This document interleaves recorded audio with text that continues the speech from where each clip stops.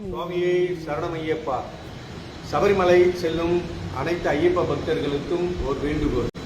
கடந்த ஆண்டு சபரிமலை செல்லும்போது இந்த இருமுடியில் எடுத்து செல்கின்ற பொருட்கள் எல்லாமே வந்து கடந்த வருடமே நாங்கள் ஒரு மாற்றத்தை வந்து அங்கே உருவாக்கி இருந்தோம். போகும்போது என்னென்னா, இப்போ வந்து பார்த்தீங்கன்னா இது வந்து டிஃபன் பாக்ஸ், இது வந்து சில்வர் டிஃபன் பாக்ஸில் இந்த இருமுடி சாமான் எல்லாமே இதில் இருக்கும். இதில் பார்த்தீங்கன்னா மஞ்சள், குங்குமம், இந்த தேன் வந்து பாட்டிலில் தான் இருக்குது, பிளாஸ்டிக்கில் இல்லை. அது இல்லாமல் இதுக்குள்ளே என்ன இருக்குன்னு பார்த்தீங்கன்னா சாமி பிரசாதம், அவல், பொரி,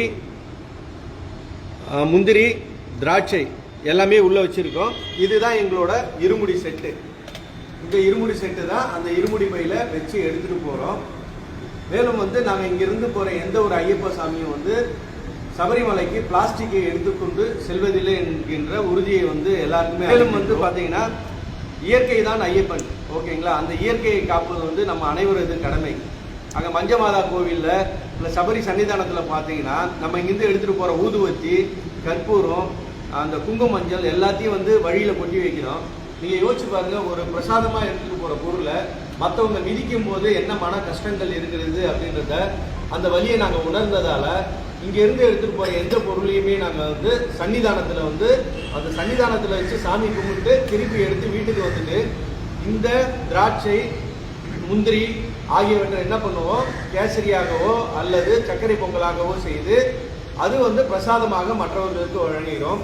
இந்த தேன், குங்குமம் மற்றும் மஞ்சள் வந்து நம்ம வந்து அன்றாட உபயோகப்படுத்த நம்ம இங்கே எடுத்துகிட்டு வந்து உபயோகிக்கிறோம்.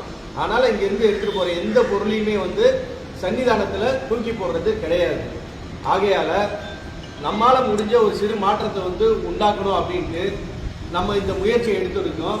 அனைத்து ஐயப்ப பக்தர்களும் இதே மாதிரி ஃபாலோ பண்ணணும். மேலும் நம்ம மட்டும் இதை ஃபாலோ பண்ணால் போதுமா அப்படின்னா நம் குழந்தைகளுக்கு இதை சொல்லணும். அது எப்படி சொல்கிறது அப்படின்றதால தான் இந்த டிஃபன் பாக்ஸ் மேலேயே பார்த்தீங்கன்னா இப்போ பார்த்தீங்கன்னா தெரியும் என்ன எழுதியிருக்குன்னா,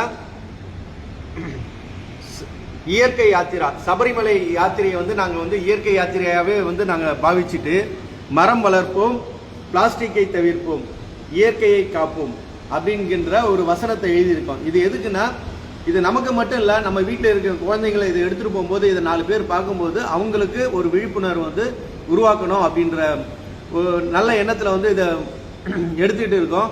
அனைவரும் வந்து இங்கேருந்து ஐயப்பன் கோயிலுக்கு செல்கிற யாருமே எந்த ஒரு பிளாஸ்டிக்கை எடுத்துகிட்டு போகாமல் அந்த இயற்கை வனத்தை வந்து நாம் பாதுகாப்போம், இறையருள் பெறுவோம். சுவாமியே சரணமையப்பா.